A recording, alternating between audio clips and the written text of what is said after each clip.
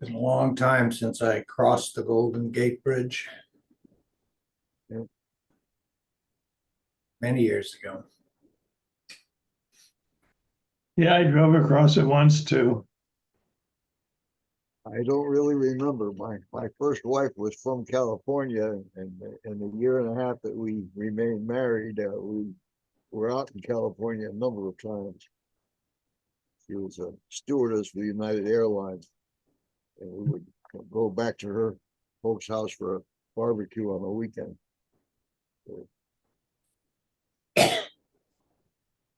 Think I was out there and enjoyed a wine country tour. That was a lot of fun. Yeah, The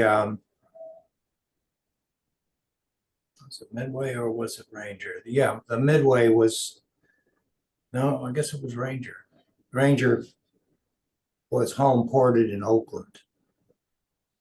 On my first cruise. When it came back, Joyce drove up to meet the ship, and we took 3 days to get back to San Diego, stayed in San Francisco overnight, drove across the bridge, did something on the other side, came back, walked around the, what do they call the downtown section of San Francisco? Wasn't the Embarcadero, whatever it was. Back before it was a druggie's paradise. Yeah, San Francisco has really changed, and not for the better. yeah. Nice seafood restaurants out there. They were. Then we drove down. It's not US 1. Was it a? What's the California road? Is it US 1? Along the western seacoast, whatever it is. Is that 101? Whatever the highway is. We took that almost to LA before we cut inland and then hit the interstate to get back down to San Diego. Saw the Hearst Castle. Yeah, I did too. One of the things that impressed me was along that coast highway was looking up at the houses built at the edge of cliffs and wondering, oh my gosh, how long is that going to stay there? It's amazing how tall those cliffs are. Yeah. It's a long time ago. Never made it to San Diego, unfortunately. I enjoyed my time there. They were expanding down towards the border. We bought in Chula Vista as it was growing out. And the average price of a home was about $18,000. And a whole bunch of us from our squadron, which was over on North Island, so we had to travel around. The Bay Bridge wasn't in then yet. And about a 25-mile drive each way.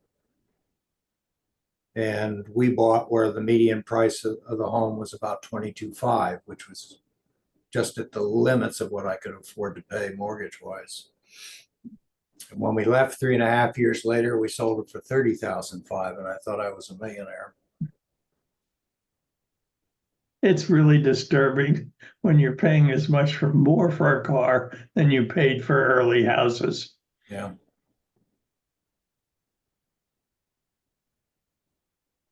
Indeed.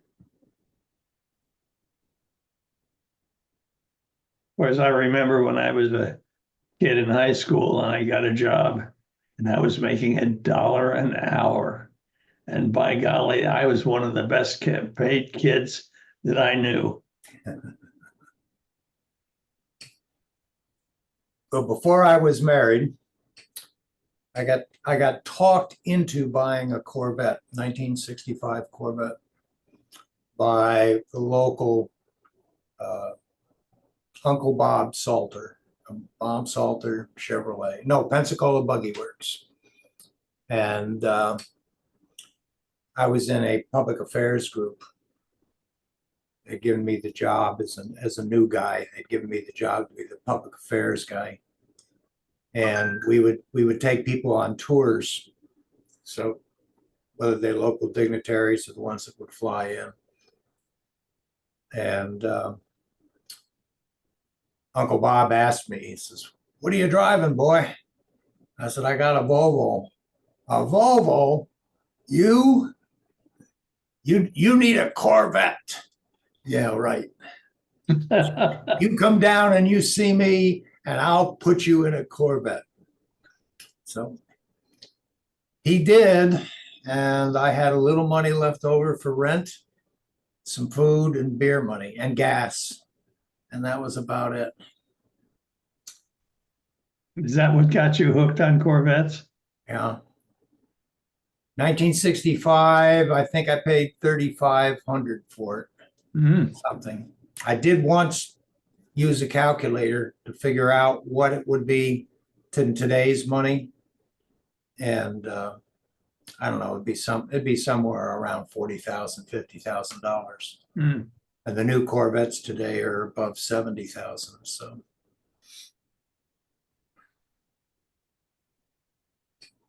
What year is your current one? the one I've got now is a 1984, Mm. and I bought it at a Mecum auction for 13,000. Easily displayable. Let's see, where's the video on here? Da, da, da. And it is, unless it's gone and changed. No, that's not the filter. I want the background, virtual background. That's what I want. There it is. There's my car. Mm. Cool. White one, right? I'm sorry? The white one? Yeah. That was at a car show in Longwood, and a professional photographer was taking pictures. And then he applied some Photoshop effects to the picture. Pre-AI gussying up. So I guess that's manual filters and stuff to make it look like a painting.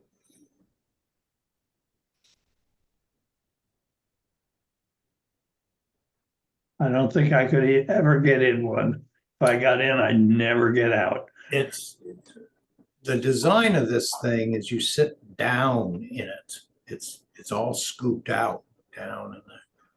And And therein lies the problem. yeah.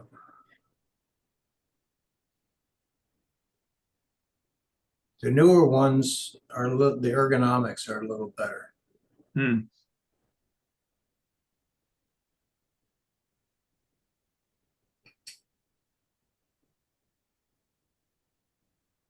I'll go back to Norway.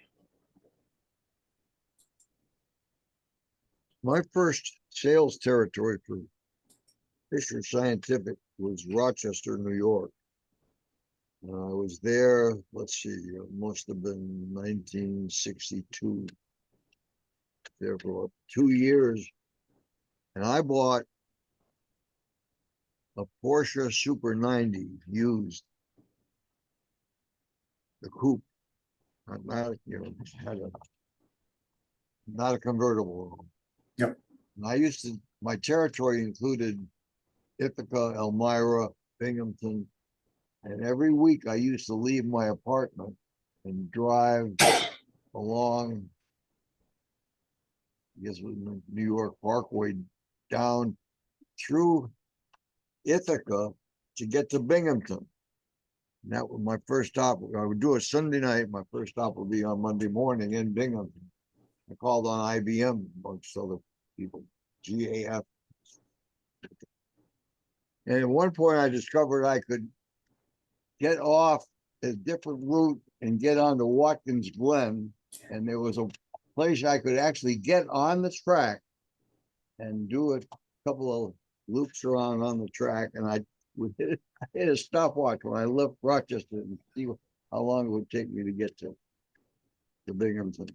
And I think I paid maybe $2,000 or $3,000 for it. And when I was moving from there to New Haven, a bearing on the rear end in the between the engine and the transmission, I guess, was going to be $10, but the labor was going to be $300 or $400. And I was concerned about driving a shift car in the New Haven area, a lot less roads than I was used to. And I wound up trading it for a brand new Peugeot 4-door sedan. That, and in the again in the $3,000 or $4,000 range. Man, if I had put that aside, that must have been like a 1959 or 1960 Porsche Super 90. It was fast, nice. I go to the Mecum auctions here in Orlando, and there's usually one or two or more of the Porsches, various different models.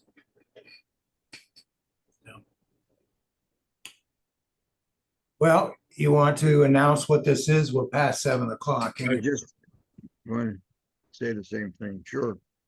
We have 6 people. This is the TechSIG meeting of the Central Florida Computer Society. And this is something that's been ongoing for, I don't know, 40 years or so, I guess I can remember. They used to be held in Ray Zimmerman's shop off of 1792 for quite a while. And I still remember some of those guys' names. And way over my head, but I learned a lot, and we kept it going. So there's no format. We don't have a speaker planned, nothing organized. It's just go around the table and people bring up new gadgets or questions or ideas, whatever. So who would like to start? All right, I got a question for the group. On Facebook, I got a request from someone, a woman in California, asking how it was that I came up on her list of possible acquaintances.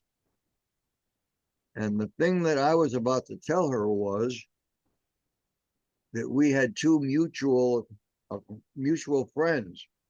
And one of them was Hal Bodecker, and the other was Marcy Arthur. And Bodecker was a reporter on the Sentinel, I guess. Anybody know who Marcy Arthur is? I think she's involved in cooking in this area, and I don't know how I became friends with her. So I mentioned this to Huey, and he said, "Why are you thinking of answering that?" He said that he was sure that was a phishing attempt. What are your thoughts about that? Could be, sure. Well, you can have your Facebook availability, your profile, etc., can vary from being wide open to the general public of anybody who's on Facebook to locked down to only you and then individuals who you allow to see it. And then, of course, it depends if you join a group, which changes things. So if you're just on Facebook, and I get this all the time, if you're just on Facebook and you plan on sharing, say, pictures and conversations with family, my son has an Ungerman family Facebook group, and it's locked down to only people that they let in, and nobody shares profiles with Facebook as a whole. Everybody knows who's who. And I've just me personally, I've chosen not to. I left Facebook 3 years ago, and out of protest for a number of reasons, and just decided never to go back. But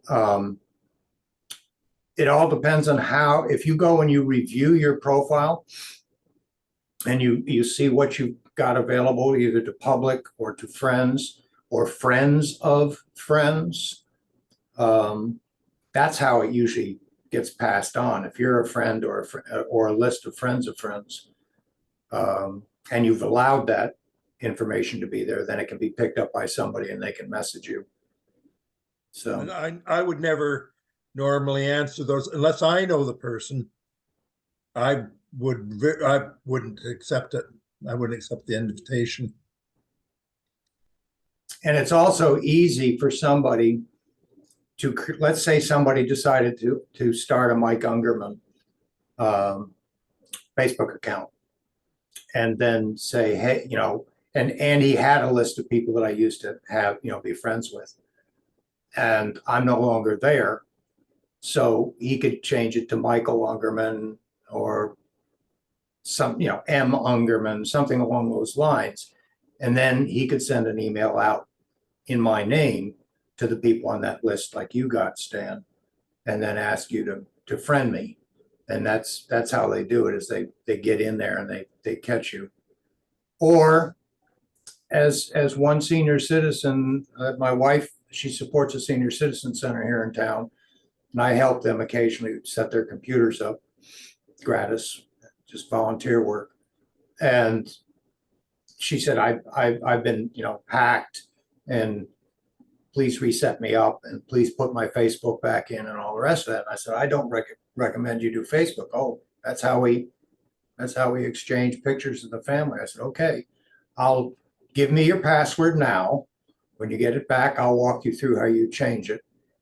And then I'll set it up, but I'll lock it down. And the only one that will see who you are your friends and your family. Because she was wide open. So, and the other thing is what look like innocuous quizzes. Or, Stan, you like recipes, so, here's how to make barbecue chicken on Memorial Day. Click here. And then boom, they're in. So, Well, my thought is when you're invited to become friends with somebody, and this is similar in that you acquaintanceless, you may be acquainted with, and all she used Facebook Messenger to send me a message. How is it that we are possibly friends? I was just going to send back a statement. Well, we have these two mutual friends, and I would say, how did you become friends with Bodecker from California, who's an ex-reporter on the Sentinel?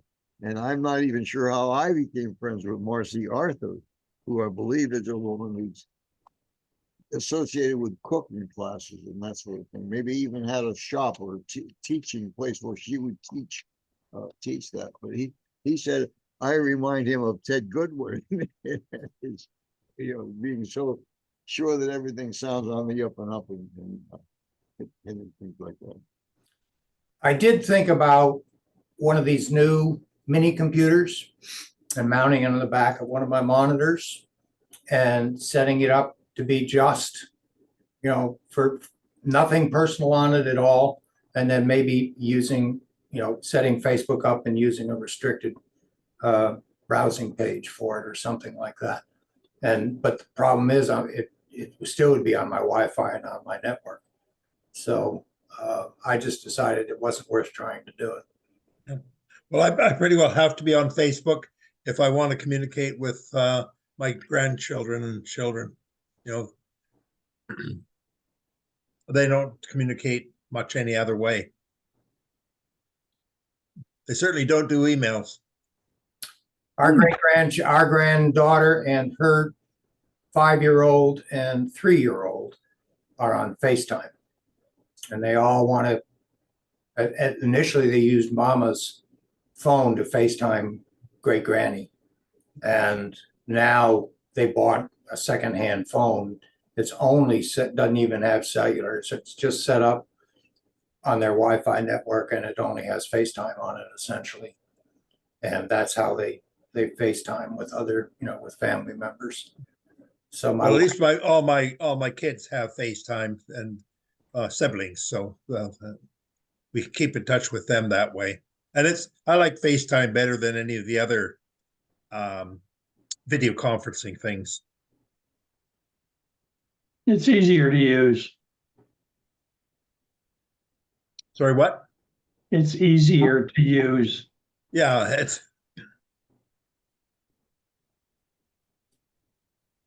there's similar Android conversation, but you're right. As far as it being baked into the Apple FaceTime is. It's pretty much very usable, especially for very young children. The only problem is with my sister and my wife's sister, they well, I know my sister has her modem or her Wi-Fi thing in a closet at the other end of her apartment, and so the Wi-Fi signal isn't that great.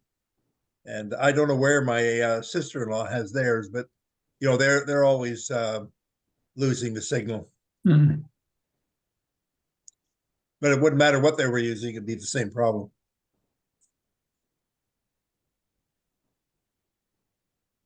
Did you ever talk to them about using an extender or a mesh router?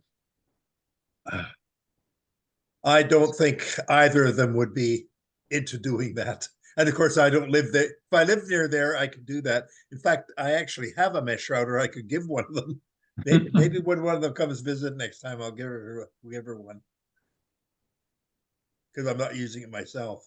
Well, you could probably talk them through setting it up.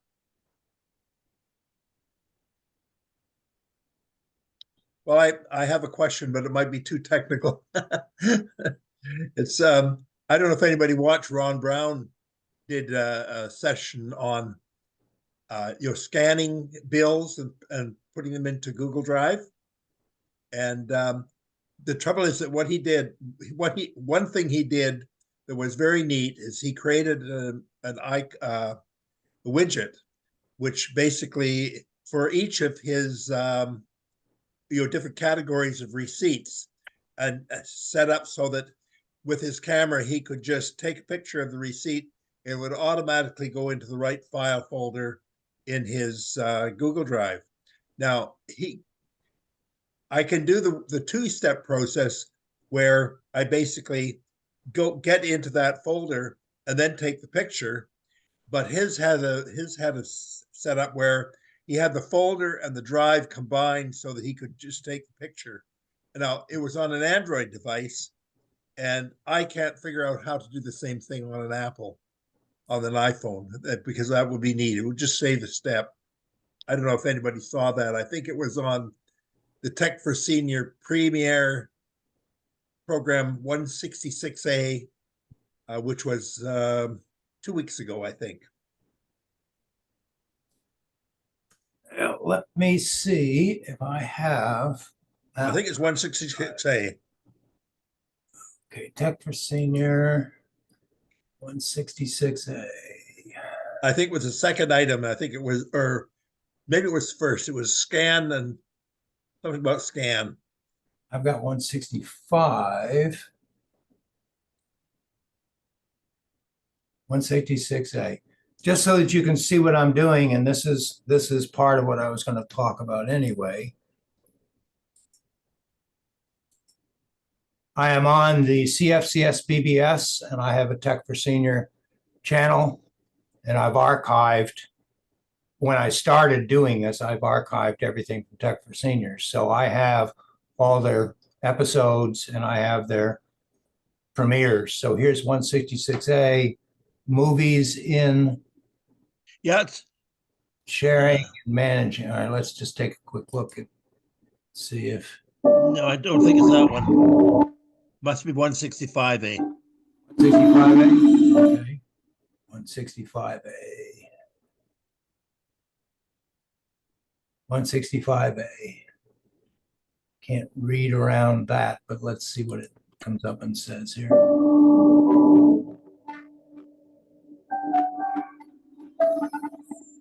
So not home delivery services. Oh, just a minute. Maybe I can find it.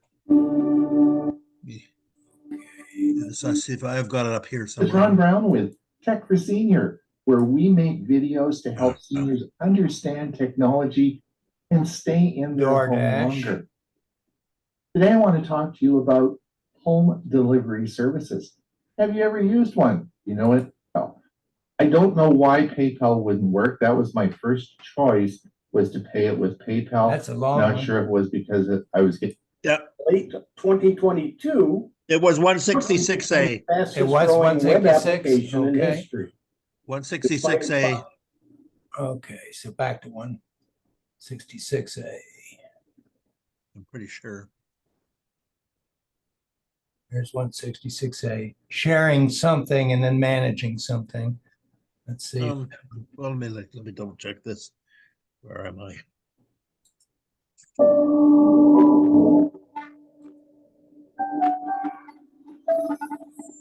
Watching movies, Google Photos, The evolution of There it watching is, yep. movies at hotels and motels. receipts. Software called Quicken and those who don't. Gail and I use. No, it's not that one. Years to It isn't manage our the Try same. house. 165A. It is a ritual in our house, like brushing. Isn't this what he's doing? Scanning it with Google Photos? Scanning. Just a second here. I'll get back onto my Zoom. The one thing you need to do with receipts. That's it. That's the one. Yeah. Scan with Google Photos, Google Drive app on your smartphone, Google Drive widget. So can you put a Google Drive widget on an Apple phone? You can, basically what you can, but as far as I can see, the way it doesn't work the way Ron showed it. And the only thing I can see is to add a widget, but you can only add a widget that already exists. So you can, if you want to create a grouping of widgets or your home screen, you can add a widget that exists, but I can't see how you can combine the two widgets like Ron did in his. Mhm. My wife does have an Apple 8, so maybe tomorrow when she's not looking at it, I could probably see if I could do it. I haven't even tried to do it. You can watch this Right. this video and then see how he does it. He goes fairly fast, but it's then I asked him about it and he said he didn't know how to do it on an iPhone. He only did it on an Android. Okay. Well, for those watching, that's one of the advantages of doing what I'm doing at the moment with the BBS, and that is archiving by categories. And I've put in a number of content originators, including Tech for Senior as well. So the ones that I'm putting in, whenever I get a notice that something's been posted, I'll stick it in that channel. So when a question comes up like you asked, it's very quickly to go there and see if it's an easy way to get to it. And it's all in one place. Neat. Welcome, Huey. Wow. And Clint. I don't imagine anybody uses FreeNAS, do they? I had thought about that a long, long time ago, but I have always kind of used self-contained NAS hard drives. Yeah. Well, I did build one, and but I nested up somewhere along the way, and I've just taken out all the old, well, three hard drives failed very quickly in a row, and it would tolerate two failures but not three, and so I replaced all the drives with larger ones. So I now have one with 5 4-terabyte drives in it. But and I did do a snapshot of the old one, but BSD, it's based on BSD, and I'm just not familiar with the terminology that they use. That they talk about Z pools and all kinds of weird stuff, and nothing is done the same way you do in Linux, except for maybe LS and CP and a few of those things. But most of the stuff is really weird. And then the other thing is that the ZFS file system, unlike, for example, like ext3 or ext4 or NTFS, whatever, you can use, the file system is the same on any computer. If you can mount an NTFS file on one computer, you can mount it on another one with a different version of the operating system and so on. With ZFS, you can't do that. For example, you can't take that file, that machine, and even though Linux supports ZFS or ZFS, as you guys would say down there, it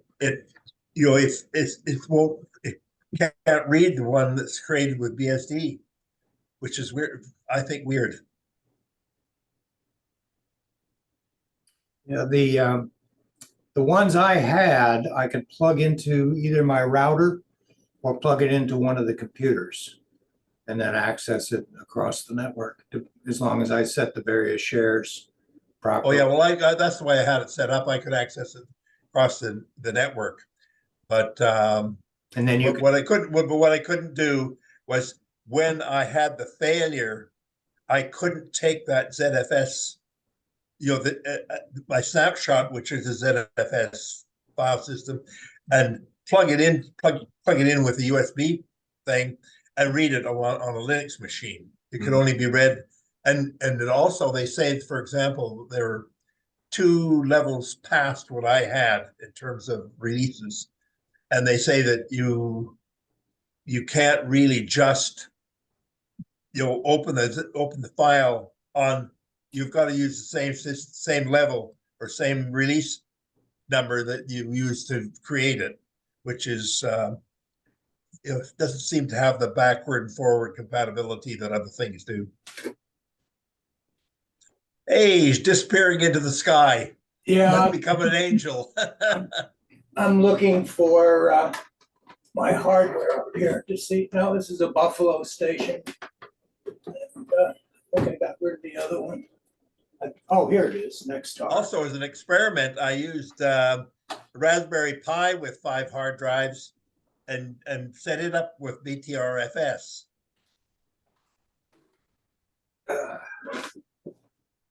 Which is another one that is sort of a competitor. let me turn this and say none.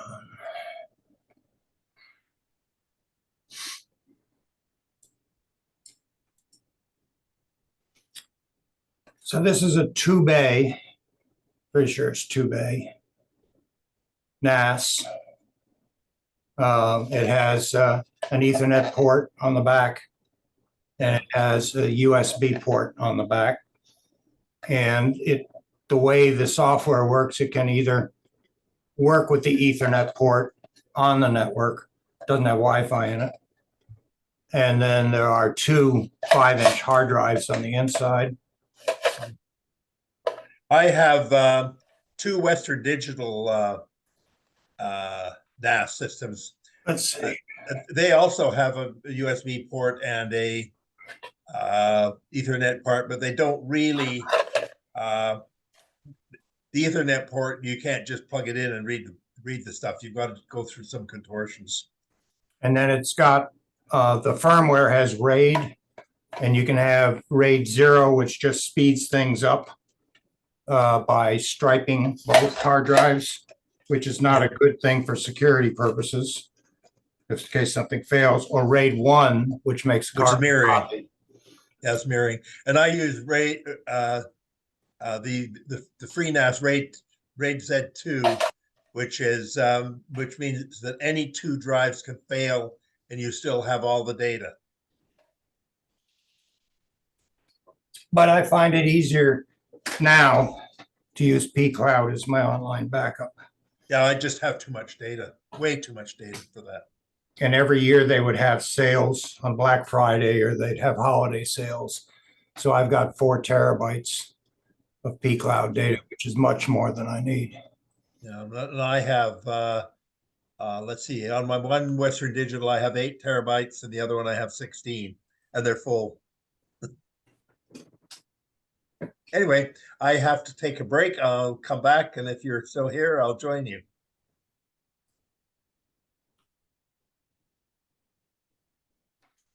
Yeah, I had a Western Digital NAS drive for a while until Western Digital said, hey, we're not going to support that anymore. We've got a new one you have to have for security reasons.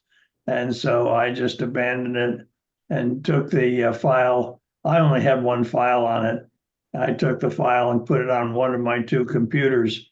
I use Quicken, and my wife and I both share access to Quicken. So I just put the Quicken file on my computer, and she just accesses it from her computer. And that seems to work out pretty well. I do the same thing you do, Mike. with your tip, that's why I got into it. I have P-Cloud as my backup. What happens if both of you bring quicken up at the same time on your respective computers? No, we talk to each other. Yeah, And we don't use it that frequently, so it has not become a problem. And I was aware that that would be an issue. agreed. Well, as long as I have the floor, Stan, I'll show you my latest little project, which I still haven't. If not, God, let's see, here we go, get rid of that virtual background again. Gonna make none easier to get to. So I have need to record telephone when I'm speaking, and I used to have Google Voice where you can just do *4 and it could record, but I didn't want to just set a Google Voice number up and it wouldn't be the same one that I'm using anyway. So I said, well, there must be a way to just have a little recording device and then have it record the conversation. So they're making handheld voice recorders, tiny, tiny, tiny little things. And even the USB socket that's on the back of that thing is so small, I don't even know if it shows up because of the lighting. And then the buttons on the end are tiny little buttons. There, hang on a second, it's dropping out of my hand. Let's get it in there. There we go. Tiny little record and volume. No speaker. You got to plug into USB headphones or the computer. Yeah. And I'm still figuring it out. I'm not quite sure how to get it to record and how to get it to play back. And I don't know the sensitivity if I just turn my speakerphone on and set it next to the speakerphone and record the conversation or not. But this was, I don't know, it was something like $19. It's a Chinese thing. You can pay all kinds of things for these little handheld recorders. But and this one has 64K built in RAM. So it's supposed to be good for 8 hours of recording. And Florida is a two-party recording state. So you've got to have the person that you record agree to it. And of course, you'd agree to it if you're turning it on. But what I'm trying to do is get some statements from some of my friends on voice and then use the Word 365 online version to take that and transcribe the voice and then print it up and drop it into a form that I need to record their statements. We'll see how that works out. Back to you until I go back to the BBS later, Stan.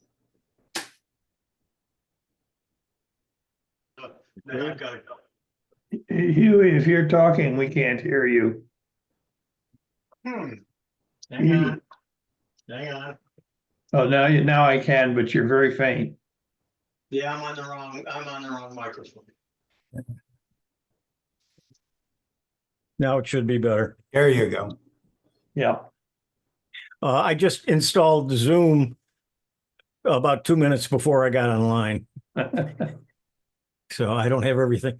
What I did want to say is I got my computer Friday. I spent all day Friday, Saturday, and Sunday trying to figure some things out and load software up so I could use it. And I was able to use it Monday for the show for Tech for Senior. And I woke up about 3 o'clock this morning and I started looking for some of the files that I was starting to transfer, and they were all in the cloud. They were all on OneDrive. I had nothing on my C drive. And when I looked at the C drive, I didn't even have the folders for documents and pictures and videos. They weren't on there either. And I said, you know what? I started doing some searches on how to do that. And it got so convoluted. I said, you know what? I'm going to try to fix something that's broke. And it's just as easy just to wipe it, go back to factory fresh and start all over again. So as of 3 o'clock this morning, I wiped the computer and reinstalled Windows from scratch. And now I'm trying to set it up to install programs. And the whole thing was because of OneDrive. And I've read a couple of articles that I got through a Copilot, and they really didn't steer me in the right place. Then finally, I did it through, I think it was Perplexity, and it told me how to go in to Windows and change the default location. It was putting it, not only was it putting it, everything on OneDrive, but it was putting it into a subdirectory, which was a backup directory from 2007. Oh, And that's where all the programs were and all the data was and everything else. So when I redid it, it's now working right. Do you have 2 drives on that computer? No, I don't. Okay. I got one 2 terabyte SSD card. would you post to the TechSIG a link to that Perplex or not? Yeah, either that or send to the tech or send me whatever you'd like to do. How you did that, because I have a guy in the American Legion I'm helping, and he's got the exact same problem. New computer, started working with Word 365, started putting together the history of the post into like 4 pictures on a page and stuff. And he had pictures on the local computer, and he had storage on OneDrive. He didn't know about it. I went looking today using TeamViewer to try to find where all his stuff was, and it was split between OneDrive and the local computer. And we spent a long time doing copy and paste just to make sure that his documents was the same. And he didn't have a synchronization program, and I didn't have time to install it. But I told him if he'll give me the notebook this Wednesday, that I would go through and put everything back on his main computer and enable OneDrive for backup only, which is what we'd like to use it for. But Actually, what I did was I shut off OneDrive, although it's still there and I can still access files on it, but it's not backing anything up to it. And that way I was able to get everything local on the C drive. But I'll try to find that article and send it to you. okay. Well, I probably can do it manually. I can. Well, I have that's what I access. had to do, but it was very easy to do. Yeah, it's just when Microsoft insists that you do things their way, they make it extremely hard to do it another way. And OneDrive has always been something that they wanted you to do by default. And they don't explain it well what you can do. So everything was going to the cloud and not to my hard drive. Yep. And normally when you click on your file explorer, you can go to the C drive, and when you click on documents, it takes you there, and that's your default. There wasn't even a documents folder on. And then when I clicked on documents, it took me to that subfolder on my on the OneDrive. Exactly what we had. Yep. I'll try to find that article for you, Mike. So generally speaking, how do you like the computer? I don't see it's great. I'm getting 940 up and down, where I was getting a lot less than that, even directly connected. And I think that was what some of the problem was. I just don't think I was getting the speeds that I needed or wanted, but everything seems to be working fine. The only thing is not working is my shocks and aftershocks headsets. I can't get the Bluetooth to work properly. It keeps cutting out, and I don't know. I haven't tried it since I reformatted, and so I don't know if that's fixed or not. If not, at least this shocks is one of the newer ones, and it actually comes with a dongle, and I'll use that dongle instead. It's not a Bluetooth dongle. I think it's a USB dongle. Did you even bother to open the case and look inside, or just? No. I'm thinking that the internal Bluetooth on that Dell is probably just a single, little wire going somewhere around the case, and the case is probably metal. And if it's clipped inside that case, you could just find one of the cooling holes and stick it out and just have it outside the case, and you might get. I'm not 2 feet from it. Yeah, It's actually sitting on my desk, 1 arm length away from me. So, well, it should work, but yes, it should. but, yeah, it's great. It's got I'm gonna do a video and talk why I picked all of the pieces and parts that I did for it. It is a Dell. And of course, you're going Dell, and it gives you a lot of choices that you can do to piece it together. And which is what I did. And I'm real happy with it. It's a big case. It weighs over 20 pounds, and I got it on top of my desk, but it would normally go underneath the desk. It's one of the old desktop size workstations size. It's an XPS. It's got 3 USB 3 and 1 USB C on the front, and then it's got 5 or 6 USB plugs in the back, and it's got a mini port, and then of course I've got the video card, and it's got actually 4 HDMI ports in the back of it. Good. Happy computing. Yep. I don't have anything installed on it but Zoom right now. And I did get Office because it's it actually putting it when I installed it, it said, oh, you've got some backups from 3 different computers. Do you want to restore any of your settings from one of those? So I said, yeah. And I took it from the NUC. So a lot of my passwords and stuff are already in it. Good. Not all of them, but some of them.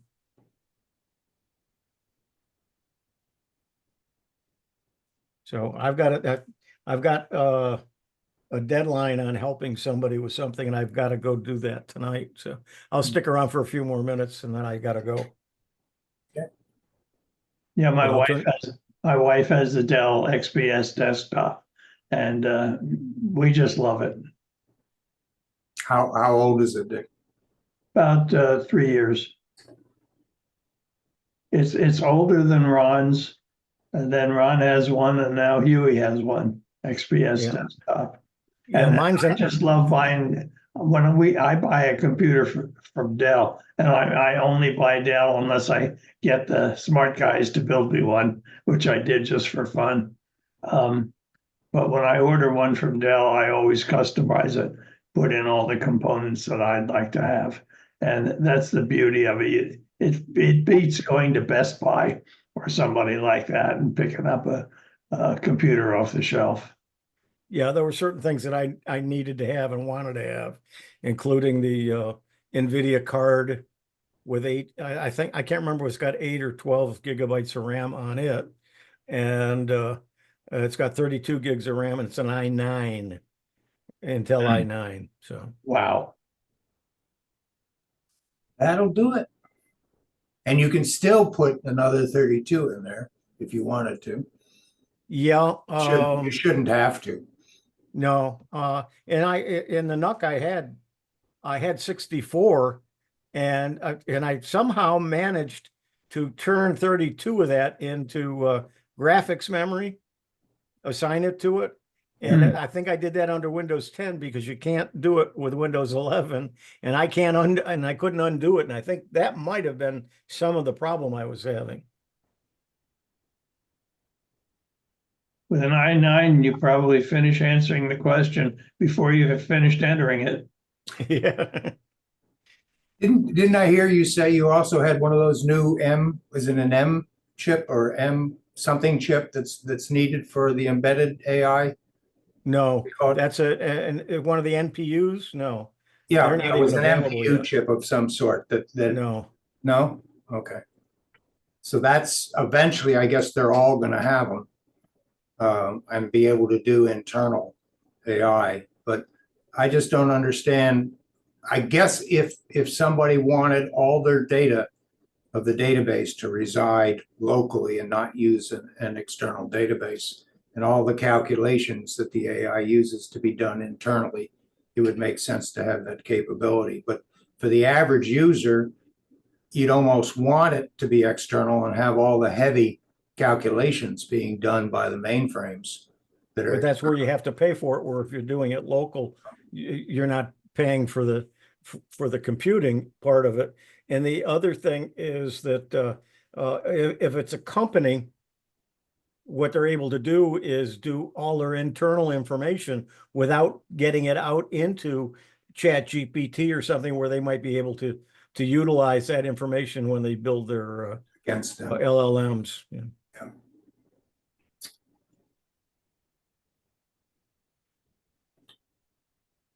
Well, I'll jump back in then, since. Yeah, I have just one more Yep. question. Since the announcements of GPT 4.0, I haven't heard a thing.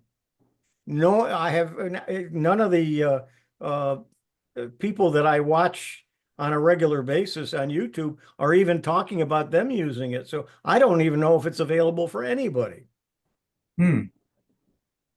But if you watched my video on Tech for Senior, but it's also on my YouTube channel, it's only what, less than 2.5 minutes, but it explains how you can use 4.0, not 4.0, 4.0.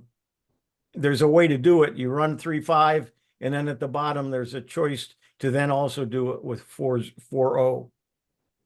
I just remember Ray on Thursday last week, I think, saying that he could get on his phone, I think, that he could get 4.0 little o. No, it was actually Bill, because there is an app for a Mac, and he's got a Mac. Oh, okay. I thought it was Ray. Okay. Yeah. Let me just show this one section in our off topics on the BBS, and then I'll come back again. Okay, I'm going to because- hang in a little bit, and then I'll be gone. All right.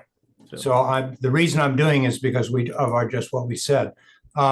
60 Minutes has a video that I just came across in my browsing, and it's like 2.5 hours, 3 hours, a little bit longer than that.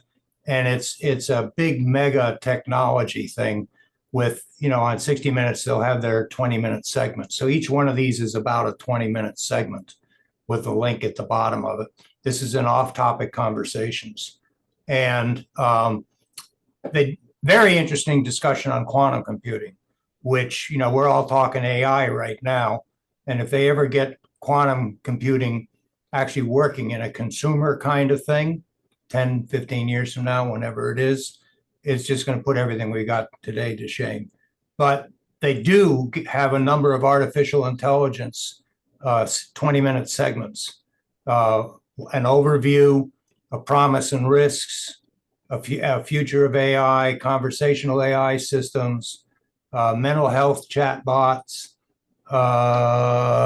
That's the GUMS. There's over an hour in these 20-minute segments, and these are some of the principles. Jeffrey Hinton interview, the British guy that was involved in the early development of OpenAI, Sundar Pichai from Microsoft, and I don't remember who Leslie Stahl was talking to. I just sort of watched that while I was eating dinner tonight. But you might like to take a look at that, Huey, when you get the chance. There's some very interesting segments in there on AI. Plus, they get into all kinds of, you can, with almost 3.5, 4 hours worth of stuff, it can be several days worth of viewing, but it's an interesting 60 minutes. No politics whatsoever, which is nice.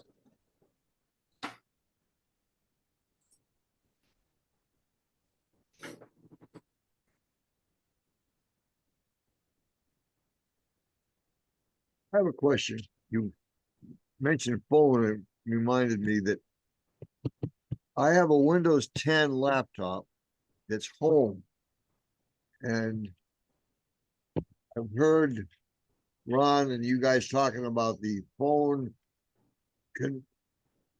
Microsoft has made availability of connecting your Android phone to your computer, but it's got to be Windows, or work on Windows 10, but not the home. It has to be pro. So how much of a job is that? Do I have to buy a probe to reinstall it on top of the home that I have on this machine, or is there some way to do that? And I still haven't been able to get mine to do it. I don't know why.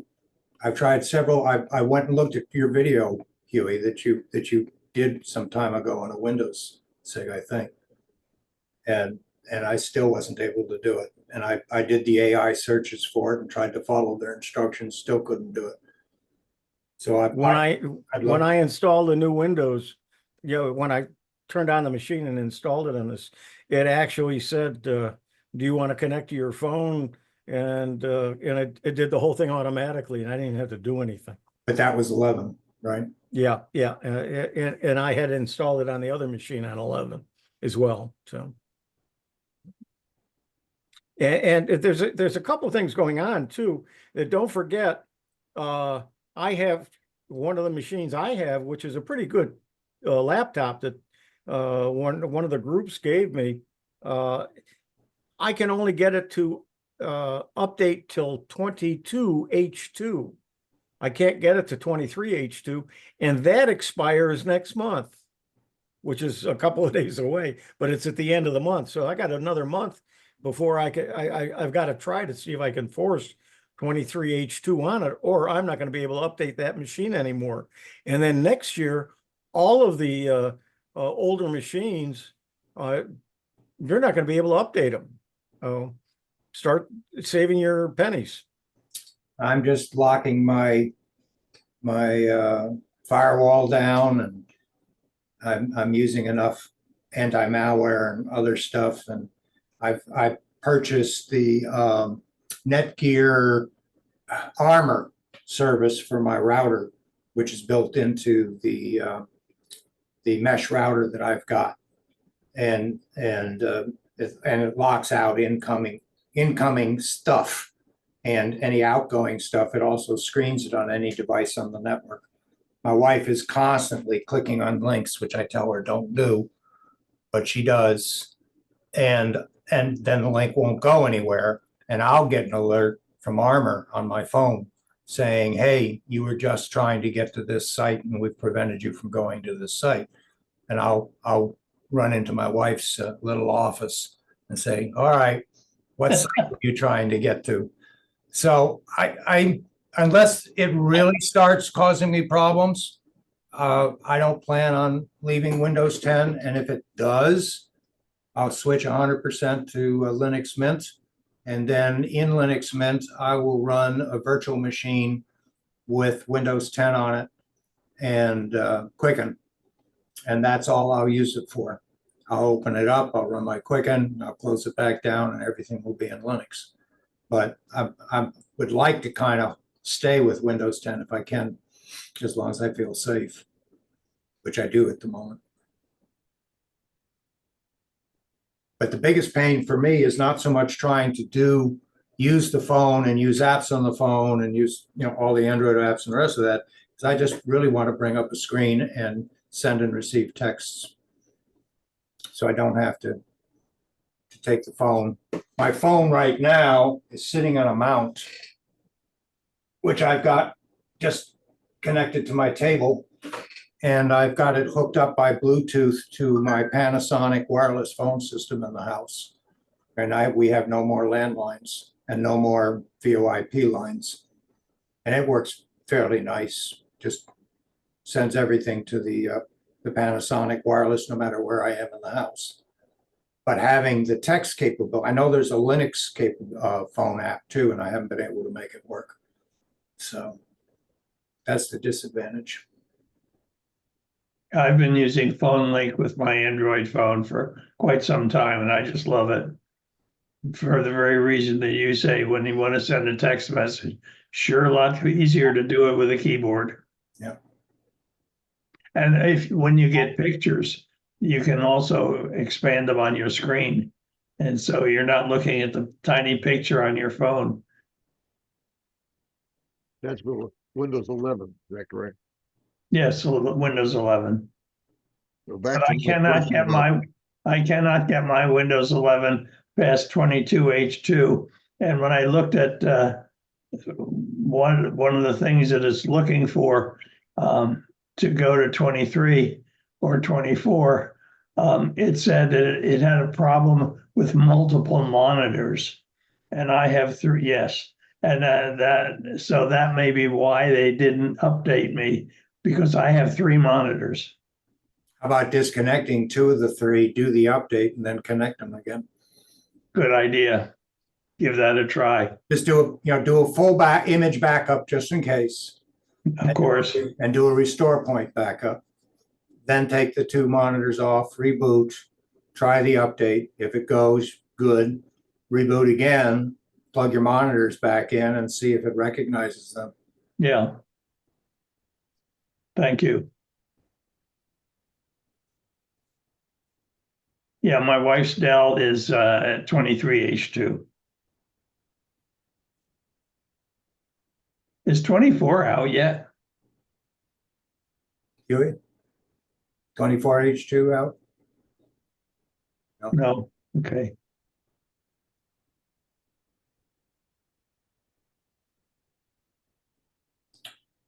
Mr. Colton, you got anything to share with us tonight? I'm feeding my face. and Yeah, my I see that. That's why I called on you.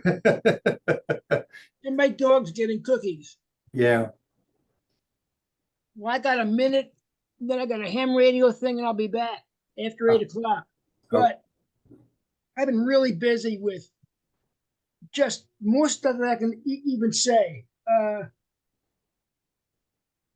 Had some airplane problems. I lost power when I was flying. Ooh. Almost, I got back. Everything's fixed. Major lawnmower surgery. I had to fabricate some parts. Of course, it's 30 years old. Things are evaporating. It just, the metal is, the chassis is good with the engine, but the cutting deck has been my biggest problem all the years. So I fabricated this thing. It's all back together. Looks good. I haven't used it yet, but it looks good. Should work. The test run was good. And what else? Just on the property. I went out today to work on the airplane. I was going to get home by 12 o'clock, 1 o'clock. I had to go to the vet to pick up stuff for my wife. I had to go see another couple. I didn't get home till 3 o'clock. So that really shot my day. And I got to get some stuff done. So I'm not going to lunch tomorrow. I thought maybe I'd pull it off, but I can't. I just need to get some stuff done. And I just been busy. I've been out in the heat, been using the pool, getting some sun. And Tough being retired, isn't it? Is there anybody that needs to use this refrigerator before we start the KB4 anybody else's traders next? I will be back in a little bit. Okay. Okay. We may still be here. Mr. Vogel, Yes. what would you like to impart to us this week? Hang in there with all this heat and just keep plugging away. I went to the dentist today. I've had cataracts replaced or surgeries on both eyes. So that has improved things. Be interesting to see what happens with a CFCS, see if it continues to exist. Well, in the long run, I think it will exist just the way it is right now. In other words, you're going to see a TechSIG, you're going to see a WinSig, you're going to see emails coming to you from Google. Yeah. And hopefully, as I was just jumping to the BBS, that will be a good resource. We'll see. But I think just depends what the board decides and then what the memberships decides. Yeah, Stan, you invited everybody to the board meeting, but you never told anybody how to get there. I said that was virtual. I said Virtual that was plaza. So in the very first paragraph, I think it was, I discussed that there would be a link forthcoming to that meeting. Yep. And it did not say, let me know if you're interested, but that would. Okay, I'll send that back out again similarly with the actual link to it. Yeah, we should also have the agenda by then for you. Since you talked about you had cataract surgery and we are a technology group, tell us a little bit about the process of deciding what lenses to use and why you chose what you did, that kind of thing. Well, I was being harassed by my optometrist to get something done. She says, "You got cataracts. You really got to fix this up." By the way, my optometrist, if you saw the news today, there was a young man who was involved in an Uber driver accident with a head-on collision on I don't remember what the road was. I think it was I-4, but I'm not sure. Anyway, that was the son of my optometrist. Yeah. And so they had her on the show. Anyway, she got after me to get it done, and I put it off and put a, who wants to have somebody with a knife poking in your eye, for goodness sake? That's a terrifying idea. It's laser, isn't it? No, that's later on. Lasers is phase 2. Oh, okay. Okay, so anyway, she pointed me to an ophthalmologist, and the ophthalmologist did the eyes. Of course, they do it one at a time. And boy, when you first have the first one done, it's really remarkable because you open the eye that was done, and by golly, everything's bright. And then you look out the other eye, and nothing is as bright as the other eye, as the first eye. Anyway, so I had them done several months apart, and it's remarkably quick. They go in there and they essentially vacuum out. They put a little cut in your eye, and they vacuum out the old lens. They stick in the new lens, and you're done. I mean, you don't have patches, you don't have anything, you don't have any pain, and all you do is wear dark glasses when you go out after the surgery. But after you have the surgeries done, and you asked about the lenses, you've got 3 choices of lenses. You have the standard one, which Medicare will pay for, and then you have a one that can correct for your astigmatism. And then the third one, I think, is to give you close-up vision as well as distance vision. So I chose the standard because I'm too cheap to spend the extra money. And I can't be sure my astigmatism wouldn't change. And so there was no point in putting in a lens and then find out that it no longer is appropriate. But that goes on. And then one of the things that I did notice how much clearer things were and easier to see once the cataracts had been replaced or lenses had been replaced. But then I started to notice that there's like a film that's in your eye. And the optometrist explained it. When they remove the lens, there's still a film behind the lens that was in your eye to start with. And that's what keeps the jelly from coming out. Okay, so this is the part where the laser comes in, because now it appears that film is the source of my feeling that there's a film out there. And they go in later on, it's a doctor's office procedure. They take a laser and they zap that film, and now that's gone, and you should have perfect vision. I wound up with 20/20 in one eye and 20/25 in the other. Good. I have that film now on my eye, and so I went to an ophthalmologist, And so he was going to set me up to have it removed, and he noticed a cyst in my eye. Oh, So I'm taking some medicine to try to get that gone. He doesn't want to do the procedure to get rid of the film with that cyst there. He's hoping it'll go away. He said there's a very slim chance it would affect it, but he just doesn't want to take the chance. well, I wish you good luck. Yep. Thank you.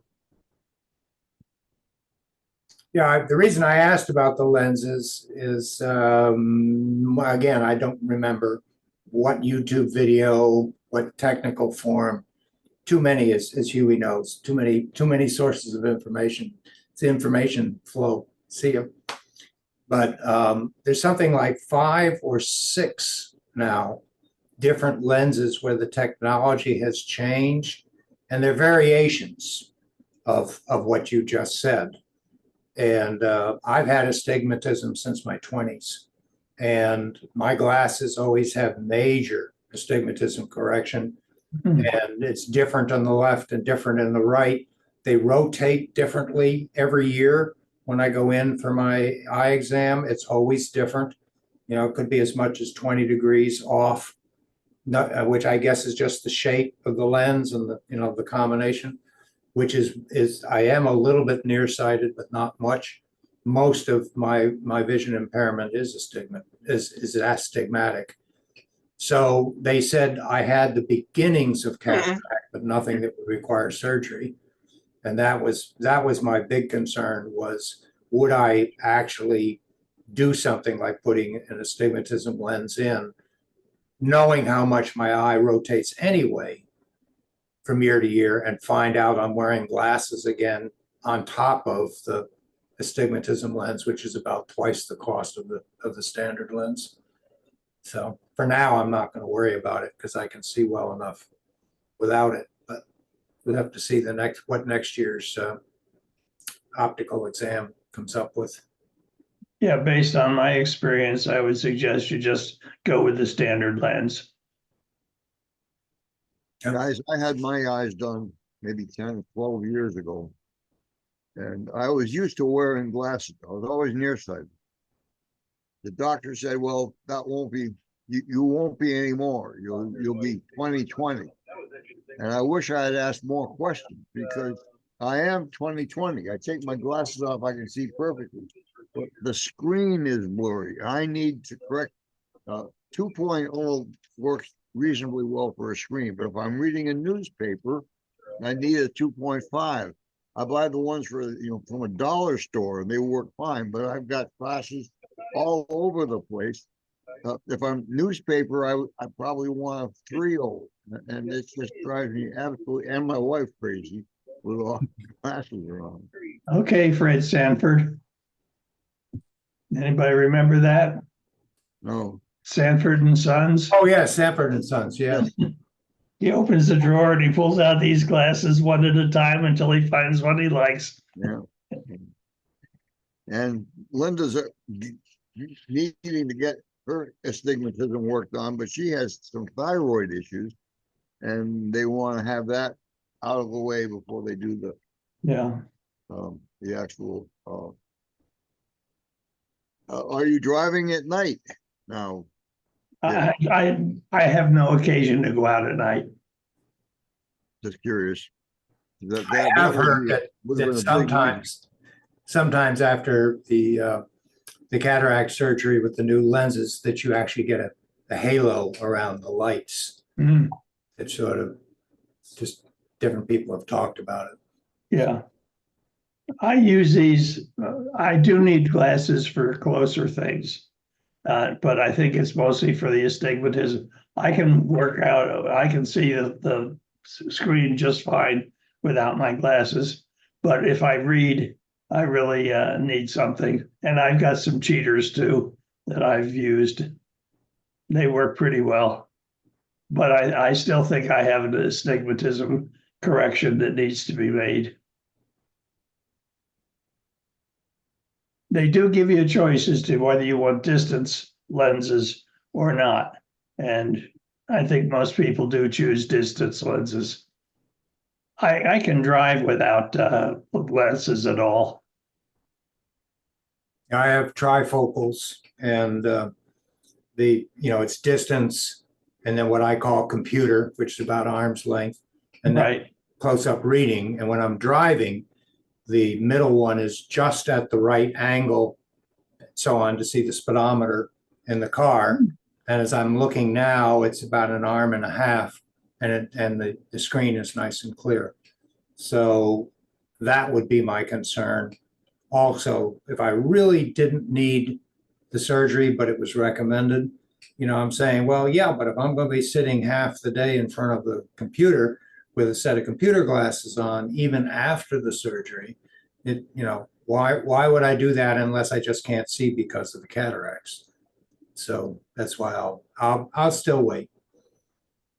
We'll see. I think you have to reach a certain point of, shall I call it, obstruction before they recommend surgery. Yeah.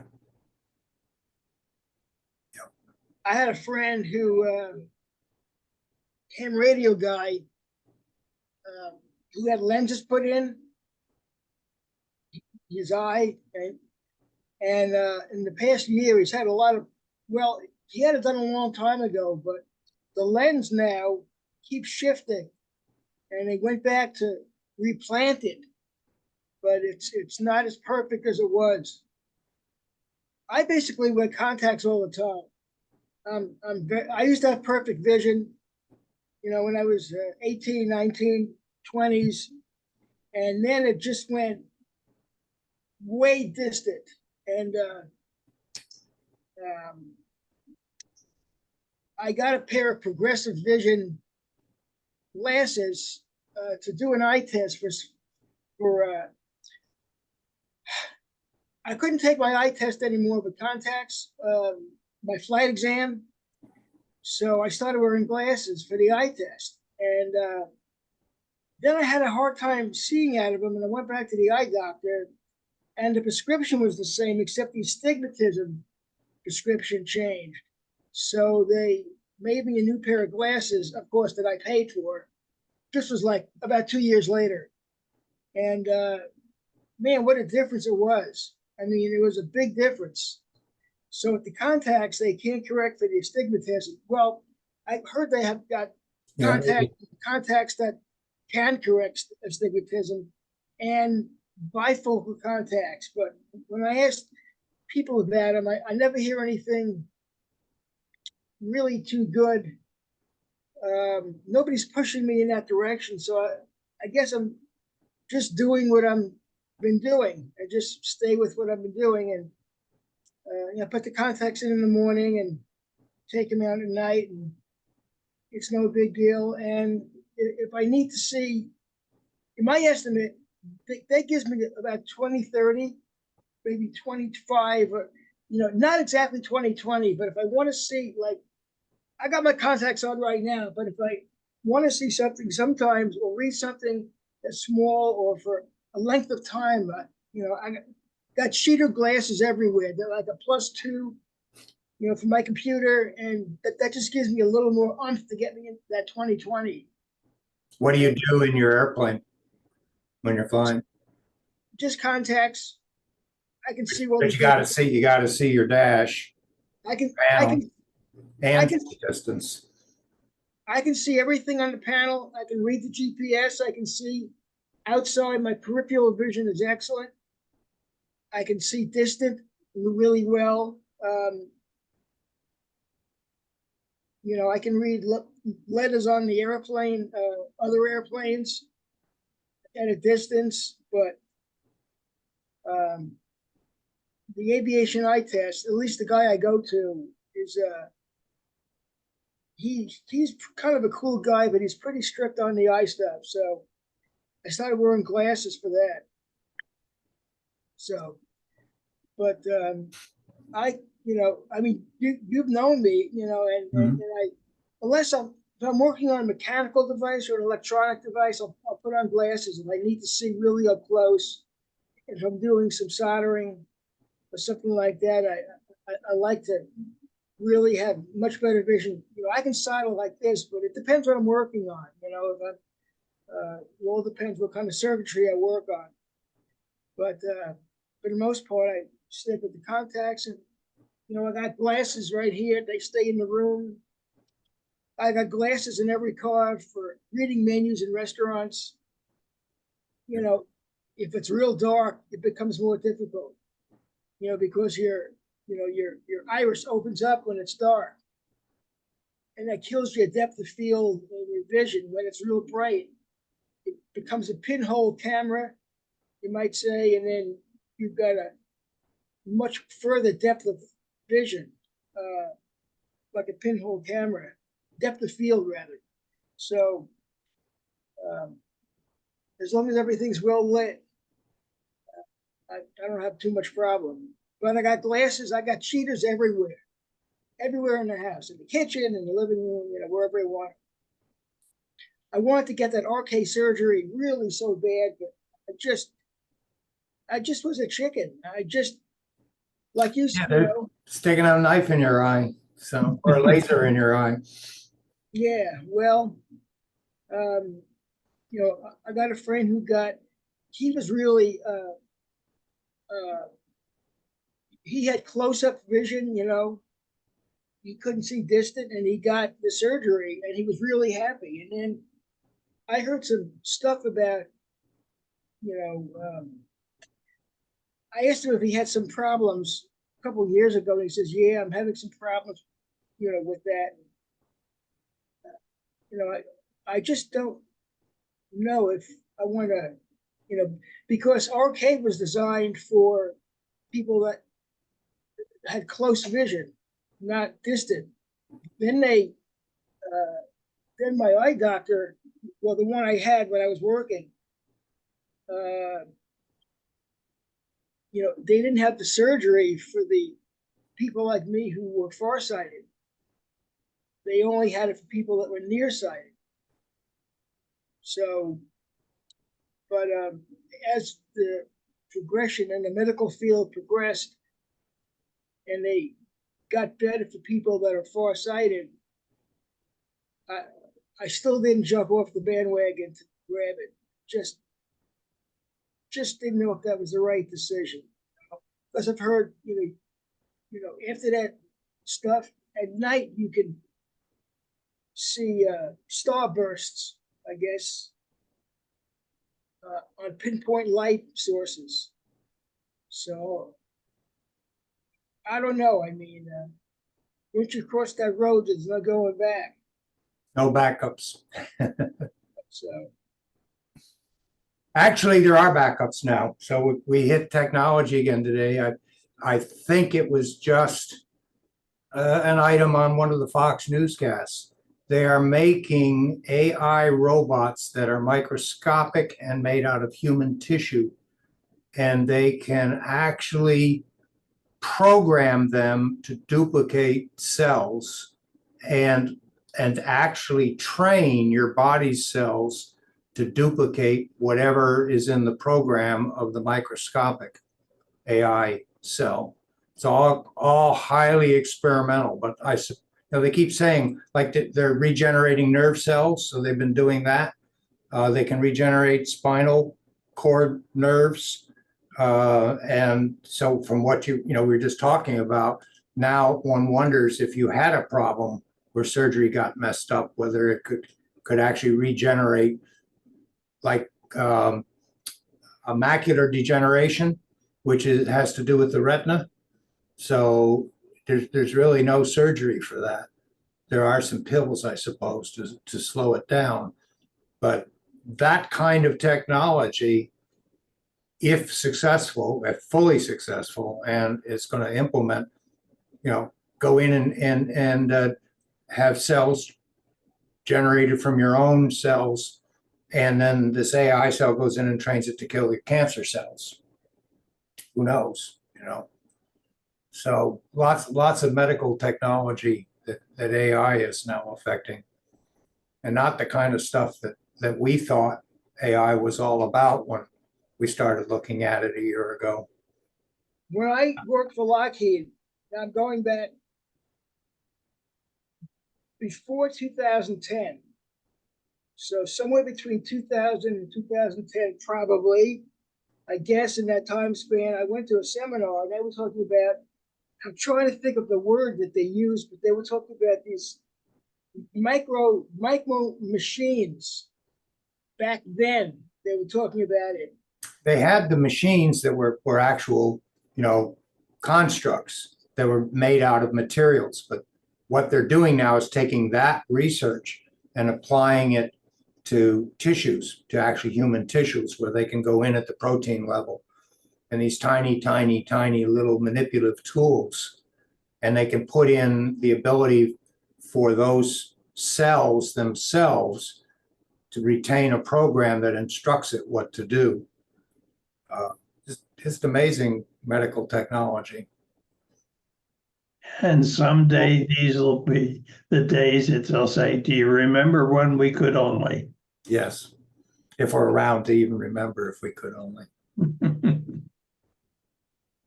Yeah. All right, Stan, you haven't really told us anything technically. What are you doing? Between doctors, you mentioned macular degeneration. I was diagnosed with that maybe 5 or 6 years ago. And there's two kinds. Dry is not too bad. They just keep an eye on it. If it changes to wet, then you can very rapidly lose all vision.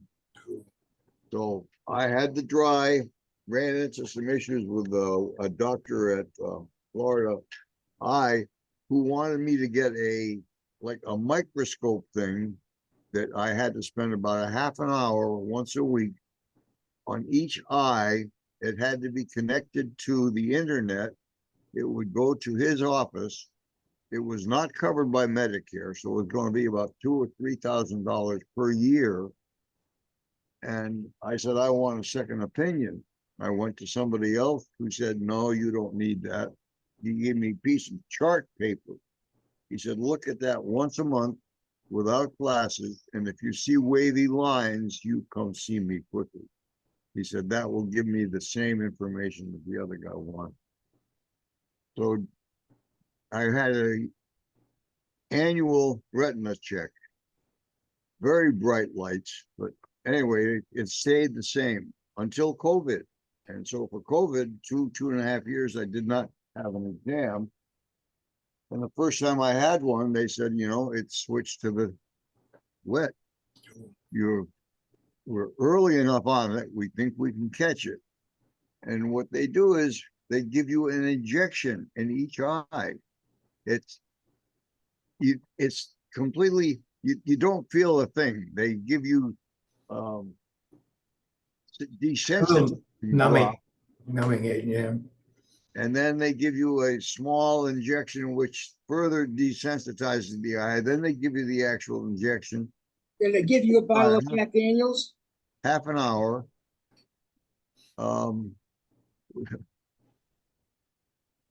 There's no cure for it. So every 3 or 4 months, I have to keep going to the doctor and getting the shots for it. But you actually perceive the vision problems? No. The macular degeneration? Not at all. Well, that's good. No. Okay, while I got all you techie guys here, I'm going to change the subject just for a moment here. This here is my Roku box. Okay, it has crapped out.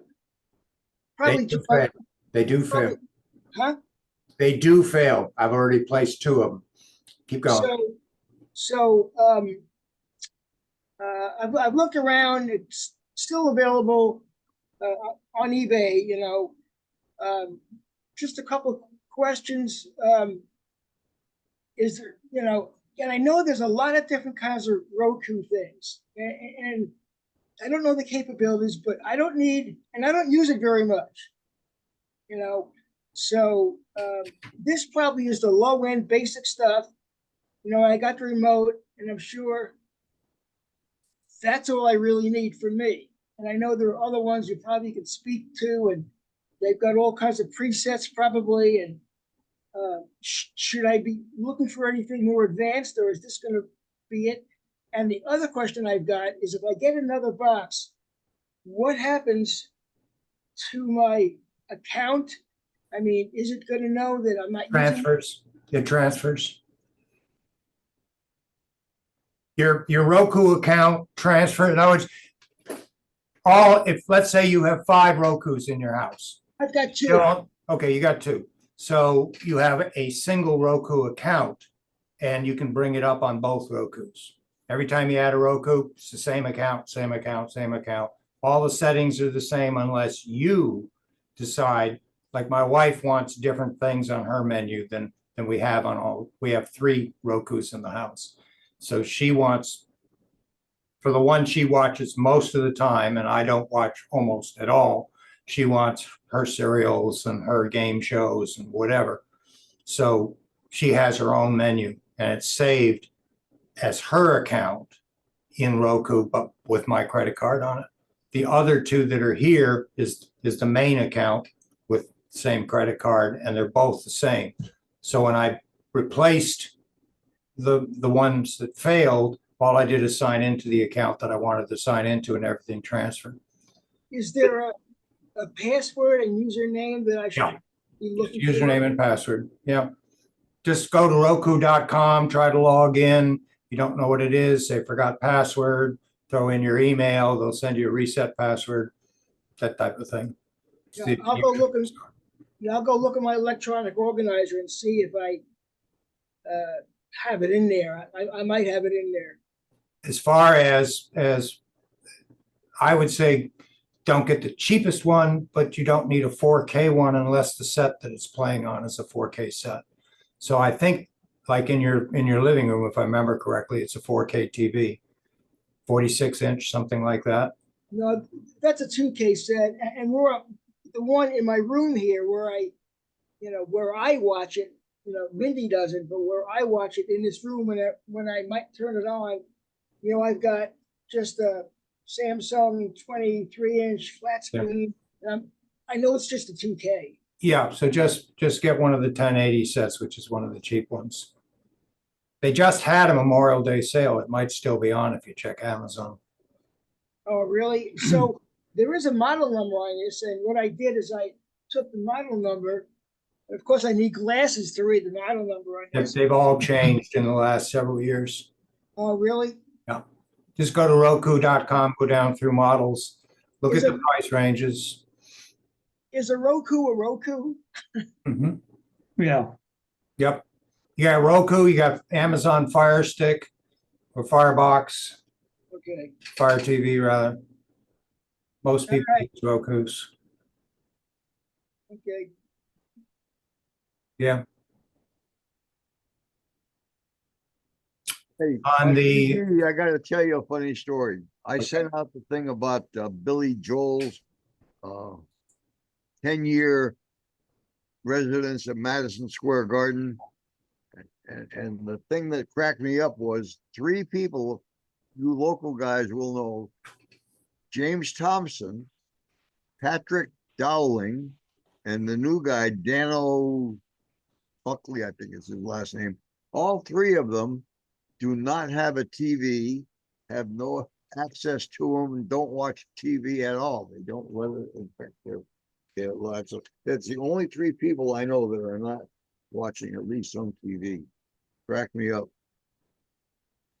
I just put a Roku video link comparing all the latest features into chat. Yeah, you think about it. These days, we're all slaves to our electronics. Most of us are. And, we're watching TV and we're streaming, or we're looking at our phone and we're streaming, or we're looking at our iPads or whatever, tablets and streaming. We've become, couch potatoes. So. Yeah, the time I'm a couch potato is when I sit here at the end of the day, pretty much, I have a pretty active, physical, strenuous day from all the stuff I do on my property and just everything I do. I mean, I'm just in constant motion during the day and just out. Can't get enough done. 30 hours in a day, and then at the end of the day here, I try to after dinner. Well, sometimes after dinner when I got daylight, I'm still outside. Sometimes cleaning up the mess I made in the afternoon, and I just didn't want to pick up all the tools at that time. And then, then I get in the house. So most of the time after dinner, I go into my room here and work on my projects in here that I got. I'm working on let me see if I can show this. Well, it's not lighted, but right over my shoulder there, it's a terrible shot, but it's a 19-inch TV, Chroma Color 2. And belonged to my wife, one of the best 19-inch sets that were made by Zenith. When I was in the TV business, they had a great picture, really a solid set, easy serviceability. But anyway, it developed some kind of problem. So with all the stuff I got going on, I finally got all my little projects done. It took months. I mean, just things keep coming up, and the TV's on the bottom of the list. So I finally dragged it in here. Was it last night? And try to work on it. I did some preliminary stuff, but I didn't have a VHF signal. I need to have a VHF signal, analog signal, to really see what it's doing. And I've got the D to A converter. When I hook that up, I'm getting a picture that I don't trust. I don't know which way to go on the set. So what I need to do is verify the D to A converter now to see if it works. So I've actually got another 13-inch TV set up in my electronics closet that used to be here, that I used to use as the analog set. It was just, something to turn on and watch, just like the 23-inch flat screen I got over here to my left.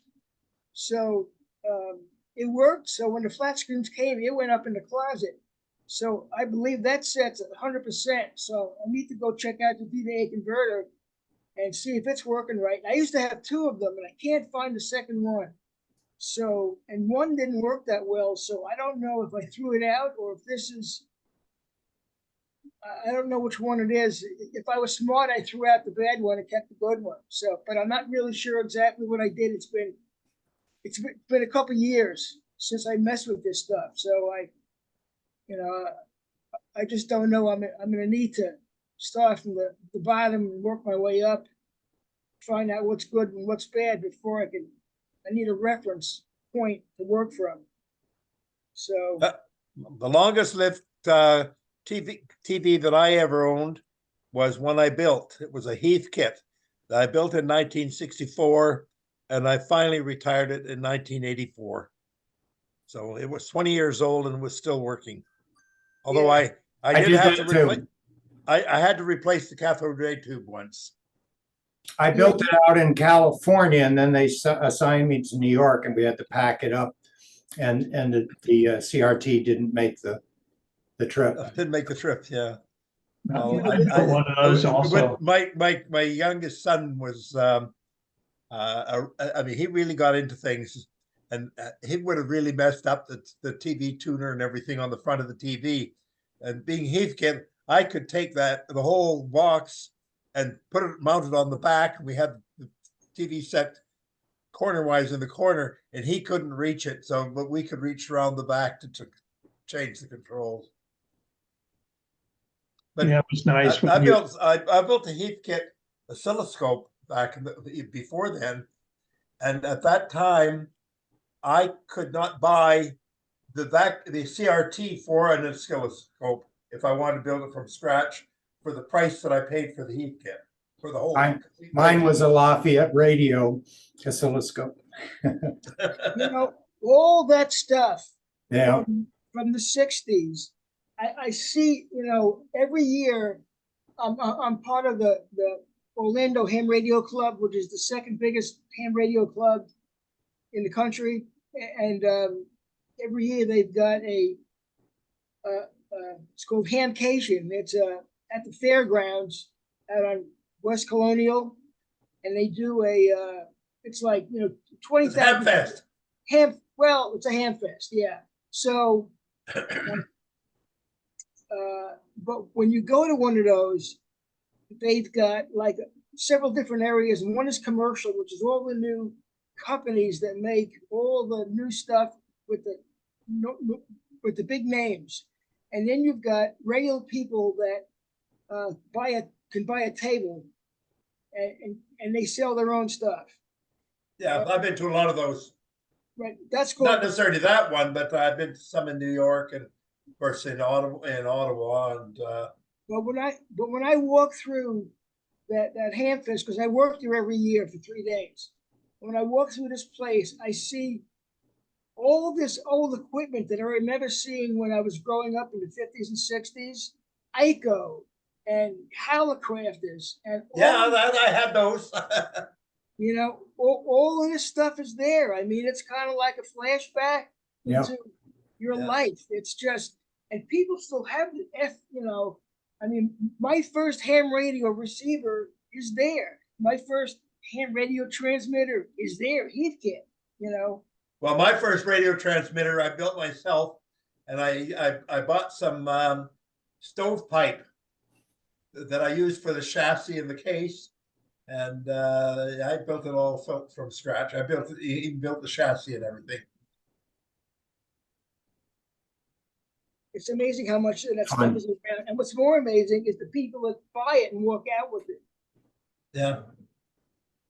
Well, it's interesting. I when I moved to Victoria, one of the items that I had was an old 16mm projector that didn't work anymore, and I had it on the table. I didn't really expect anybody to buy it, but these young ladies, they had bought a house, and they bought it. They paid $35 for it.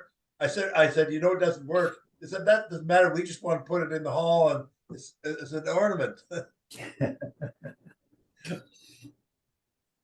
Yep.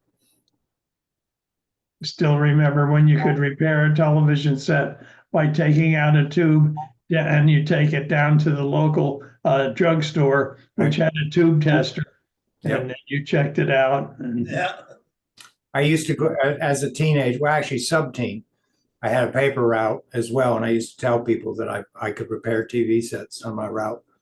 And I had a Lafayette radio tube tester that I built, and I'd go around, and then I'd mail order the tubes that I needed. Go around. Well, when I had paper route, we didn't have television in our town. Yeah. We lost Stan, I think. No, I'm here. Oh, okay. Any final remarks, Stan? No, I think we've covered a lot. Okay, guys. Well, nice chatting with you all. Thanks for being here. It's a long time since I've been to Florida. We're still here. Yeah. I love going to Disney World. Okay. Okay, good night, everybody. See you on Thursday at Tech for Senior Live if you're on. Hey, Mike, would you send me that link to my email for the Roku? Okay, it's in chat. I think it's still there. Yeah, it's still there. Okay, I'll send it to you. Yeah, because I'm going to close this and I'm going to lose it. Okay. Okay. At your convenience. No problem. Stan, I'm going to stop the recording and you have to stop the meeting.